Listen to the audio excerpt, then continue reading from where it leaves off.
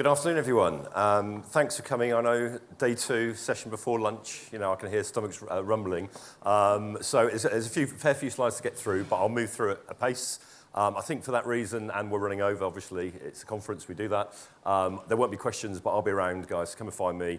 My email's at the end as well, so we can have a conversation. But my name's Lee Cutter, Vice President for Sales at Hivestack. We are very pink, and it's my pleasure to be here in sunny Brighton today. Now, I guess this title, much like Dino said yesterday for his, is a little bit of clickbait here, but I generally believe this to be true. Hopefully by the end of today, you guys will as well. But who are Hivestack? So we're the market-leading full-stack platform for the programmatic digital out-of-home sector. So what does that mean? So on the sales side, we work with lots of different publishers and media owners of a variety of products, and we're also a DSP on the buy side. So advertising clients, agencies can activate programmatically through us there. And data, audience data, measurement data underpins everything we do. And also, I think as of today, this always changes, but we're operational, I think, in 25, maybe 27 countries. I think India and Sweden have been added to this as well. But you can see we have a big global footprint there. Our HQ is in Canada, and I was the first employee in EMEA in March 2020, which you can imagine was a dream to do, launch an out-of-home product. But I do have a bit of a confession to make. I am a bit of an out-of-home geek. I love the sector. I think it's a privilege, actually, being able to have screens for advertising in the public space. I love the contextual relevance of it, the shared experience of consumption. But I also love data as well, and I don't think the two are mutually exclusive. If you look at some of the biggest brands in the world, you like your Ubers, your Pelotons, it kind of does merge this in a real world with data as well. It enhances the experience, and hopefully that's what we bring into this sector as well. And I think just in terms of where we are, we don't have necessarily this one moment in the sun, the year of programmatic digital out of home. Everyone seems to have that year or that tipping point. We've probably had a longer gestation period, partly because of that pesky pandemic. But it does feel like we're there now. It does feel like we've got the kind of infrastructure in place, both on the supply data and kind of buy side as well. And I think it's just going to skyrocket from now on in. So a brief history. I know we've got some out-of-home folk in the crowd here, so bear with me a little bit. But just to give you some context of where we've come from, we often say we are the oldest media channel. Back in the old days of kind of hand-painted billboards and murals, these have made a bit of a renaissance now as well, which I love. So that kind of real kind of artistic craft there. And then in the 50s, we started to see posters being printed. And they're your kind of like your paper and paste, 6 sheets, 48 sheets going up, 2-week cycles, 4-week cycles being changed at various in charges. And I still think that there's a role to play with this. I love out-of-home, I love programmatic. There's still a role to play for classic. And actually, we got really excited when we had scrolling posters. It was just the early loop. We can actually get 2 or 3 ads in the same loop there, which kind of like rotate as you go. And then we got really, really creative. We went on a triangle, a Trivision. Anyone who can remember these? But again, this was the loop again, evolving slightly. But then around about 2000, digital out of home was born. It's got the word digital there. How digital it was in terms of activation and dynamism, I'm not sure. USB sticks were used to start with to schedule ads, would you believe? But we have moved on, and kind of loop started to go digital.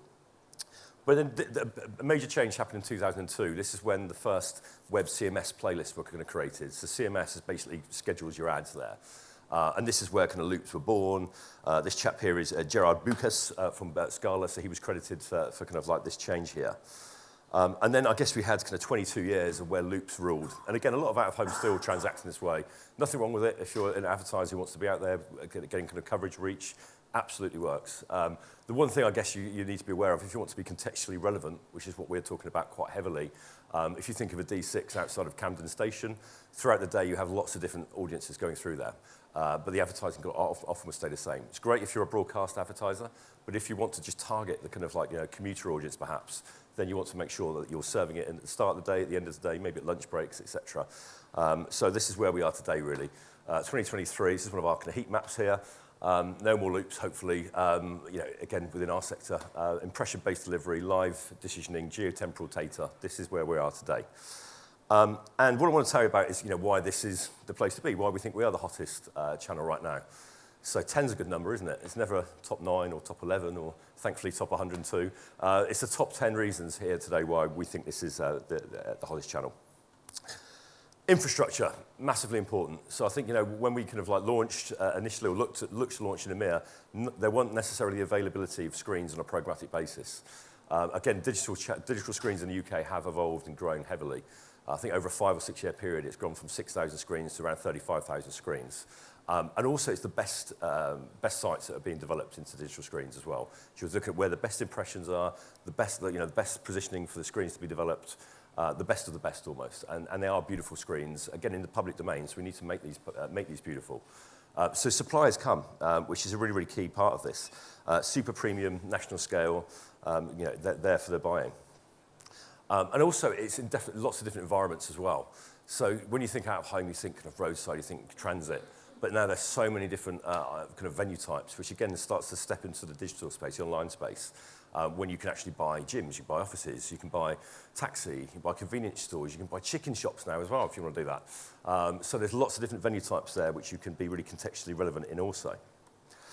And again, it's this ongoing kind of supply, demand, who goes first. And again, when we launched into the UK, we were really proud to launch with Group M as our kind of demand partner. And that allowed us to have conversations to build our SSP product. So again, I won't go into the weeds too much of the detail of the UK market, but you have kind of SSP, which is owned by, or kind of works very closely with DOOH, likewise Global, and then we were there to kind of aggregate the other kind of media owners. So big players like Ocean, Clear Channel, Alight, and then a longer tail as well. So, the supply is no longer an issue, and I say demand is now building heavily as well. So we actually had our 3-year anniversary in Hivestack and Media recently. At that point, bizarrely, we had 30 demand partners, 30 supply partners. So, again, it's grown significantly. And here's just some beautiful logos. Hopefully, the Clear Channel guys will tell me I've got the right logo here. But again, you can just see the scale of this in terms of who we work with over all the various environments. And I say it's not just in the UK. Globally, nearly 400 media owners there now. Monthly impressions, we're going to see a big number, nearly approaching a trillion. I guess that is, monthly impressions as well. Second bit, audience targeting. So this is obviously what we hang our hat on quite heavily here. So it's about targeting people, not screens. And that's there's lots of different ways we can do that through the Hivestack DSP, and SSP, in fact, as well. So we have this kind of saying, smarter, not smaller. It's not looking for the left-handed guy from Wales who, who's a vegan, for example. It's looking at audiences in scale, trying to eliminate that wastage.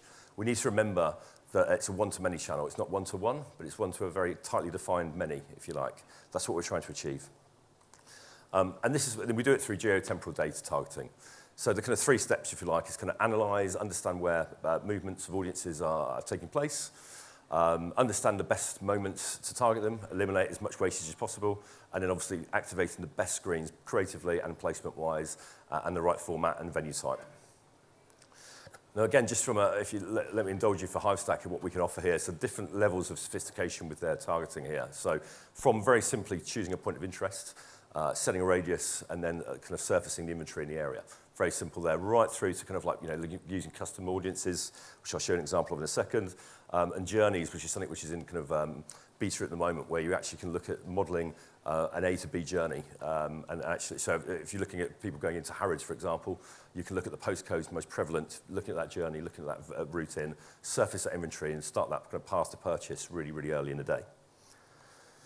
And this is a kind of custom audience build here for Starbucks in London, an example of that. So again, if you're Costa Coffee or any kind of competitive advertiser, or indeed your Starbucks trying to speak to your customer, you can, in the platform here, all the pink dots there are Starbucks stores. And you can go right down to the level of minutiae you want to. You can even draw around the kind of shop, taking out things like staff rooms, etc. So you know that any mobile devices that were observed in there are going to be shoppers in the main, or consumers of Starbucks. And then obviously you build that as an audience and target that in real time. Furthermore, we can actually have predefined segments as well. So there's another abundance of data in the platform which uses SDK data, looking at mobile behavior here. This one here, I think, is looking at auto intenders. So yes, you could go and geofence Audi dealerships, but this one here looks at auto enthusiasts, maybe adding a demographic, maybe adding gender as well. And again, you're looking at that tightly defined one-to-many there to again target those within your campaign, within your line item. But we know, marketeers now are needing to see, ROI and kind of like measurement and real world outcomes, if you like, as well. So we make sure that we can deliver that, and it's kind of a through the line offering here. So for measurement capability here, this is one of our kind of brand lift studies here. It's in platform as well, so you've not got a kind of like huge deck to go through. Dynamic as well, so you can look at your control versus exposed. We know due to a timestamp when a particular mobile device ID was exposed to an ad, and then we can go and ask some various questions, various KPIs, and you know, show where there's been a lift. We can also do, so this is an example here, sorry, for VaynerMedia here that did that. So this was high-end fitness tech, so about £2,000 rower. What we're able to do is actually look at high-end gyms, rowing clubs, affluent postcodes, and then look at, again, devices there, target that audience as they move around. And again, that kind of brand lift study was really, really positive results. All these are available in long form, either on our website or, again, get in touch with me. And then also footfall. So I know we've got some friends from Kepler in the audience here today. This is one of their campaigns for New Look. Again, what we can do is actually see, did it drive to a physical location?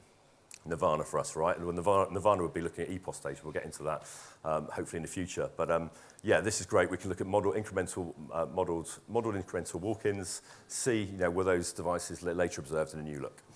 So a really nice way to build that. We also built a custom audience for this as well, looking at New Look customers, looking at, again, online retail kind of followers, and competitive stores as well. And again, really, really good case study there as well. Again, it's national, end-to-end, 73% footfall increase, that's huge.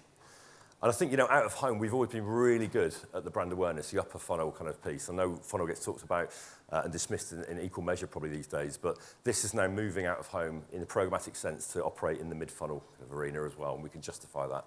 So I'd love to have a chat with any marketeers out there to kind of like understand how we could help them perhaps. And look, you know, it's not perfect. We all know measurement, other measurement opportunities aren't perfect. The radar diary, the bar box, etc. I think bar box I've got here is 5,000, I think, respondents, which is 0.1% or 0.01% of the population. You know, what we can do with mobile location data is access around about 10 million handsets there. So, you know, that's not bad. That's 1 in 5, 1 in 6. So, you know, again, you know, every methodology, you know, people can argue pros and cons, but we think this is a really robust way of doing things. Flexibility and in-flight optimization as well. You know, again, it's just really easy to use. I mean, my background is certainly not ad tech, but I can operate the platform. If I can, you guys can.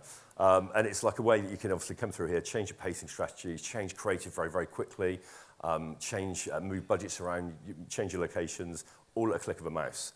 And you know, I'm going to get buzzed for putting up something about the C word, sorry, but just a bit of a nod back to this time. I think we all got used to the fact that we had to be really agile, really adapt quickly.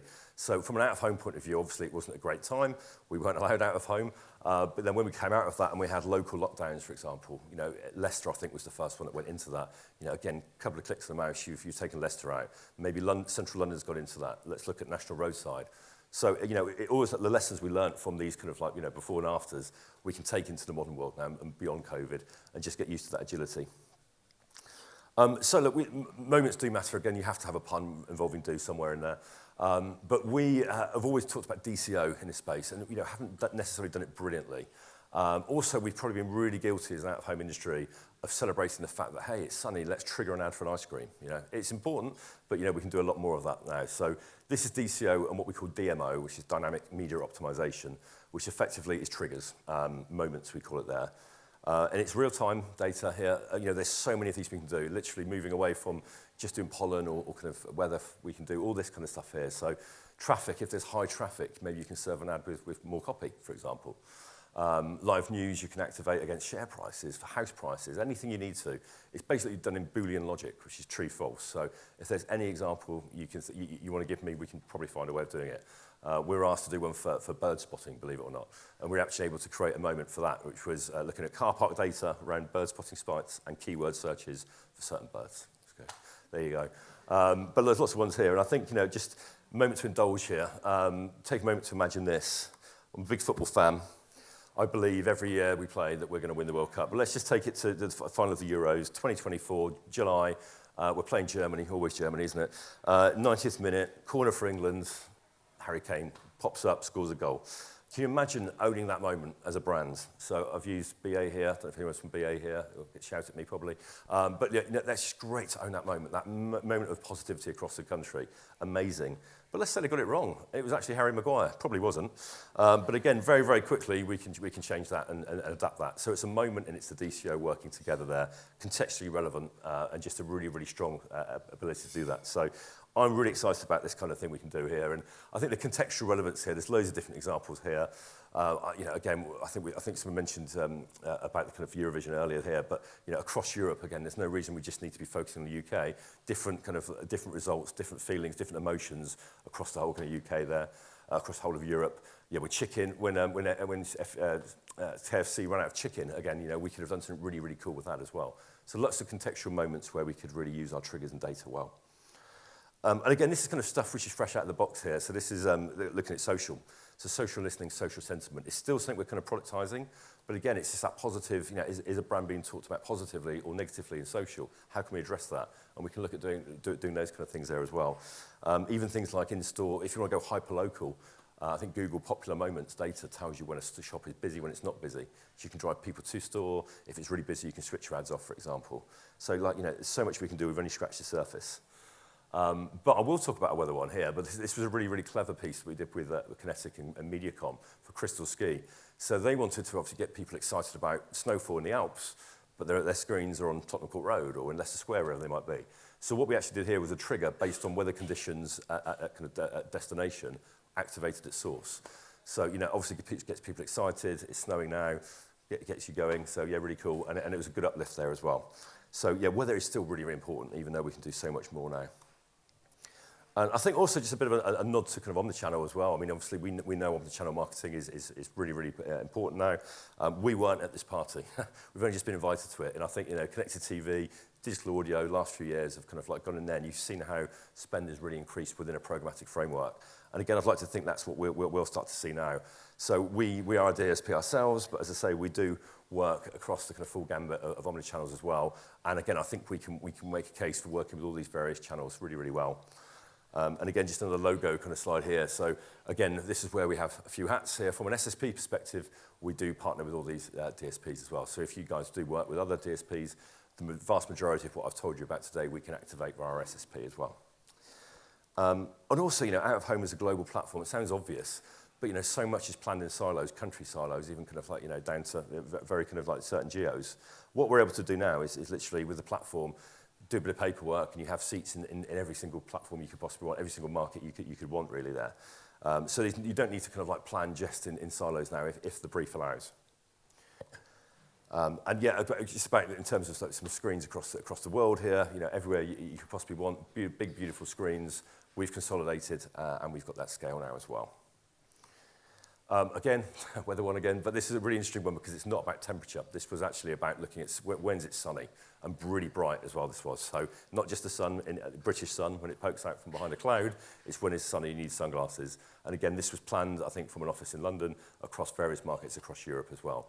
And also it's defining screens in proximity to store. So again, using the full gambit of what's available.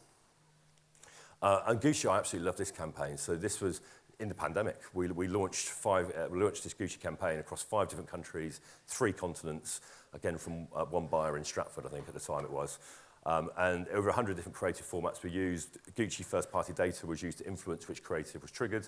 So again, if you have your own first-party data, we've got what we call an open event API. We can work with you on that and just give you the documentation, and you can trigger against that. So Gucci were using their kind of knowledge to know which creative went in which of these locations over nearly 100 million impressions across, again, 5 countries there. And also, I think we often we brought 2 worlds together, right? So again, my background is out of home, so I had to learn more about programmatic. But what we're trying to do is streamline, not overcomplicate here. So there are actually only really 3 ways you can transact out of home. So direct is still important, still going to happen. It's phoning up your rep, booking your pack, happy days, no problem. There's also this kind of automation level as well, where you can go onto a platform, you can book. It's not using data necessarily in a real-time way. And then you have programmatic, which is the full OpenRTB protocol to the IAB 2.5, I think it's 2.6 maybe, protocol to 2.6, thank you. So yeah, we are fully kind of true programmatic here as well. So 3 ways in, all have got merit for me as well. But I think what's important as well is kind of education and talent as well. And this has been talked a lot here over the last couple of days. Again, I think getting the right people to work on this is really key. You look at some of the partners who've done it really, really well, have brought people from both disciplines, put them together in teams, cross-pollinated, all that kind of thing, learn through osmosis, and you get these kind of like, hybrid folk who are really well placed to deliver on a DSP like this. So I would kind of like advise to read up on it. There's some great kind of online training. I know Trade Desk do a great kind of modules there as well. It's worth leaning into it, Last couple, guys. So social media and out of home. So we really think this is a massive match made on screens. So obviously huge tech brands, but they always use out of home to get their message across. And again, there's a reason for that. And I think if you look at this, so world famous tennis player here. I'm saying that because I can never get her surname right. But in front of a beautiful digital out-of-home site. So I've never really seen anyone do that with an online ad, but maybe I'm wrong. But it's really great, this kind of stuff, and share it on social, so the loop continues there. And finally, video. And again, this is me really dumbing things down here, but the majority of certainly a good proportion of digital out-of-home screens you can be dynamic on. And often we don't do that. So if it's roadside, obviously you can't because of the distraction factor, but there's so many elements you can. And also, if you think about it, the two big formats are D6s, which are very, very much like these, which we have lots of creatives on there, which are in the same kind of portrait format. And then, obviously, D48 is a bit like this, which for your kind of cinema, TV ads, whatever it might be. So those aspect ratios are kind of there. Creative is often there. So it's just a chance of kind of getting that out and kind of like tailoring it, adapting it, thinking about the environment, though. And this is a really great example here. So, there's some amazingly creative stuff you can do. I know our friends who look after Piccadilly Lights have done some great 3D work here, and this is a campaign we did in South Africa, which was the first ever, was a world first, I believe, activated anamorphic video campaign here. So, again, all done in real time, activated using data, and the creatives all there delivered to that screen. So, we're really, really proud of that, and we'd love to do more of that in the UK. So, final slide. So, I think I've done pretty well for time. The first step to take is the hardest. Getting started is often the hardest part, and we always say this here. So, the advice I say, look, of course we're here to help, but there are other platforms out there, other people who can help you do that. So just work with them. That you're not there to take it on your own. But I think if you do make that, if you're brave with your data, move into this space, I think you will see the benefits of that. And that's it for me. So thank you. Thank you very much.